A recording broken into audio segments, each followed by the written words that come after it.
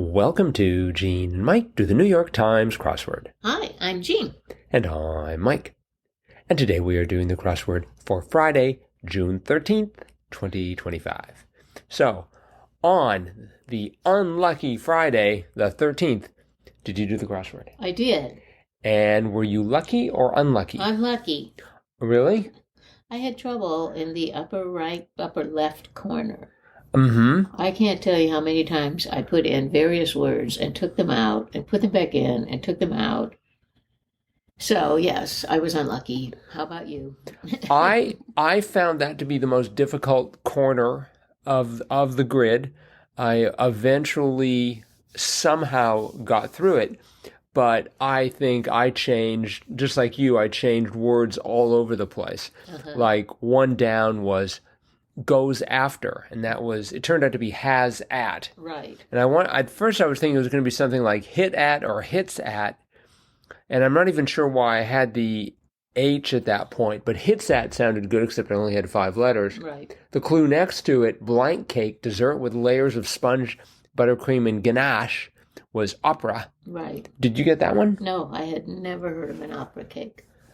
Never heard of that. I was about to burst into song at this point, but I will spare our listeners.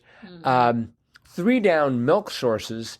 I had it ending in ATS, which meant it could have been teats or it could have been goats. And so I kept going back and forth between teats and goats. The one next to it, Gertrude Stein for one, I got the last part of that to be poet. Yes, I did too. But it took me a long time to get to prose poet. Prose poet, yeah. I don't even know what that is exactly.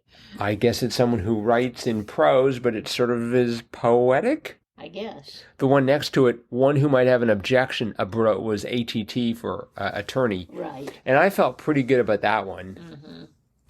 The one next to it was drat, and I tried rats. Me too. And I tried darn, and it turned out to be nuts. Right. Yeah. Were there any in there that you got? Well, I got 17 across, but nice. had never heard of this, actually. Aquatic eater of shellfish. And I had the TTER at the end.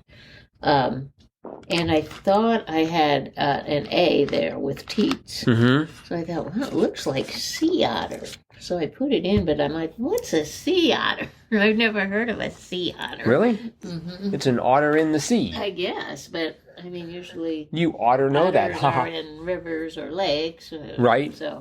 So anyway, yeah. And then one across, this is so crazy, short shorts. I could not think of the phrase hot pants. I thought, what did they used to call those back like in the 60s? You mean you had that visualized in your mind? I had that, but then I thought, that's too easy. I thought Daisy Dukes. I remember Daisy Dukes when the Dukes of Hazzard were on television, and the Daisy always wore really tight, short, cut-off jeans. They called them Daisy Dukes. But I could not think of the phrase hot pants. So I got it, I had like the P and the A and the TS, and so I thought it's bit parts. Bit parts, short shorts, like a short part of a short, that would be a bit part. So then goes after one down. I thought, it's begat. Because, if somebody begats another person, they go after, or, they're born after. But so I was just having all kinds of trouble. And I had rats because I had bit parts instead of hot pants. And boy, but I had the T for sea otter. So what did you... I kept taking that sea otter in and out. And I wanted to put a G there for begat. So anyway... I just had a lot of trouble in that corner. Yeah. The rest of it was quite difficult, I thought. But yes. I made it through. So. Well, 15 across in that sort of difficult upper left corner, we had light shower. And light shower. Well, it could have been light shower or light shower. Yeah. And in fact, in this case, it was light shower. Yes, it was. And the answer was aperture. Right. That took quite a bit of finagling on my part. Yeah. So where else did you find things difficult? Well, Oh, all over. Yeah, me too. Just all over. 38 across. I was not really familiar with this phrase, although I might have heard it before. 38 across runs wild in gamer speak, goes beast mode. Mm-hmm. I did not know that one. I didn't either, but it sounded right. Yes, exactly. And a lot of the crosses worked. Mm-hmm. And you could get through those crosses. You could get enough of them to see the phrase. Mm-hmm. 32 down, though. Japanese businessman Torakusu with an internationally known company named after him. So I thought, okay, it's starting off with T-O, so it's going to be Toyota. Uh-huh. And so I had Toyota for a while. And then I decided that 39 across, the cocktails that might make for poor nightcaps, was White Russians. So I decided it was Toyota, and I thought, oh, that's still pretty close. Mm-hmm. But when the dust settled, it turned out to be Yamaha. Right. It wasn't even close. Right. That was a hard... I mean, it says an internationally known company named after him. Well, his name isn't Yamaha, so... Or maybe that's his first name. I don't know. Oh, yeah, I think it is. Oh, really? Okay. Maybe it's his last name. Yeah, I guess it would be... It's his other name that isn't Torakusu. I guess if they had said Japanese... I bet it's Torakusu Yamaha. Right. Because if they said Japanese businessman Torakusu Yamaha with an internationally known company named after him, that would be a bit of a giveaway. Giveaway, definitely. Yes. And this crossword was giving away nothing. No. Another one, 59 across. That was majorly successful business startups. Unicorn. Yes. But I didn't know they were called unicorns. But I guess that makes sense because they're kind of rare. We've seen that word before. And it's for, exactly, for a company that makes profit. I mean, they're unicorns, so don't see them too often. Mm-hmm. Yep. 34 across was ultimately succeeds, and it comes out ahead. Right. That took me a while. For one thing, I had EAD at the end of it, and I thought, it's going to be something with a lead. Yes, I thought the same thing. Mm-hmm. Listeners, you should know that Gene and I always solve these crosswords independently, and this is the first time we get together to talk about them. Right. And so that is a surprise. Because, and 37 down, because I had it starting with an L, just about killed me. Set of standards at a military academy, e.g. It was honor code. I had code, and then I decided it was going to be something about a lines code, because they were in a line. Oh, no. I was desperate at that point. Yeah, I knew that one. I thought 64 was funny. Many of these begin with E. And so, of course, I put E at the beginning. Yes. Turned out it was I-test. Yeah. I thought that was very funny. Yes. Somewhere up above we had, 44 down, scrawny sort. And I thought string as in string bean. And for some reason I thought it was going to be the word scrawny, but it is the word scrawny. So that was in the clue. It turned out to be scrag. Yes. That was a new one. Yes. Not a debut, but also doesn't show up every week. What did you want to put for 24 down? Name of 11 pharaohs. I had a couple of letters in it, and I immediately went for Ramses. Oh, did you? I immediately thought Amenra, but of course it didn't fit. Well, because... I had the M, but it was in the wrong place. Yeah, because 29 across was what I consider to be one of the few gimmies in the crossword. Add some fluff to as an essay pad. Right. So I had the A, and then somehow comes out ahead, so I had AM, and so was able to sort of put it all together there. Yep. 41 across Dear Blank was Sir, so maybe that was another gimme. Yep. We had a few other... Boy, I had a lot of trouble with 57 across. Copy was mirror. Yes. It's just like I couldn't get mimic, or I was going for mimicry, which of course wouldn't fit. So, and then also to show you just how poorly I was doing on this, 57 down, the Dolphins on scoreboards, I went for FLA, for Florida. Oh. Because they're from Florida, from Florida, but they're the Miami Dolphins. That is correct. So it's MIA. Right. And I thought this was a grand crossword, but you definitely had to bring your A+++ game and be lucky. It was perfect for Saturday for sure. A few others that I thought were sort of interesting. let's see, 16 across was product whose slogans have included "Say hello to the future" and "Welcome to the big screens." I thought it was going to be something involving an iMac. Because, I mean, big screens, but it was iPhone. Yes.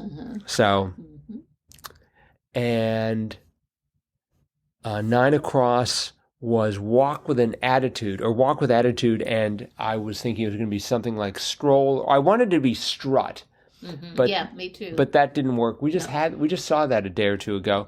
But it was sachet. That's right, sachet. I like saying sachet. So yes, a tough crossword. This was a debut by Evan Mulvihill. Really? And I hope Evan is already working on number 2.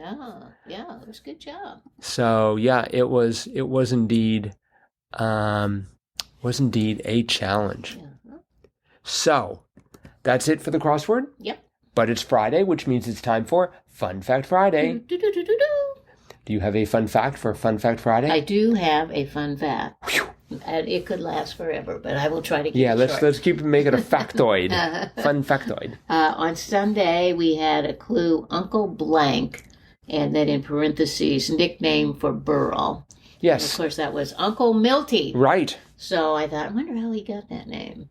So I did a little research, and his career is so long and so storied. And I mean, he started in vaudeville, went to radio, went to television, went to movies. I mean, every genre he is a part of, and just amazing. So I just want to read a couple of things about when he got into television.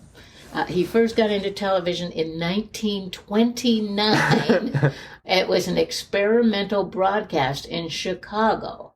And then 20 years later, he kind of revived his routines from his vaudeville act and made his debut on commercial TV, hosting the Texaco Star Theater on June 8th, 1948, over the NBC television network. They did not settle on Burl as a permanent host right away. He was originally just on a rotation, and he had a 4-week contract, but he was so good, and everybody loved him so much, he eventually became the permanent host. And they loved his highly visual style, characterized by vaudeville slapstick, outlandish costumes, and he was just perfect for television. And he was nicknamed Mr. Television. He dominated Tuesday night television for the next several years, reaching the number 1 slot in the Nielsen ratings with as much as 97% share of the viewing audience. Only 3% were not watching on Tuesday night. Fewer movie tickets were sold on Tuesdays. Some theaters, restaurants, and other businesses shut down for the hour or closed for the evening so their customers would not miss him.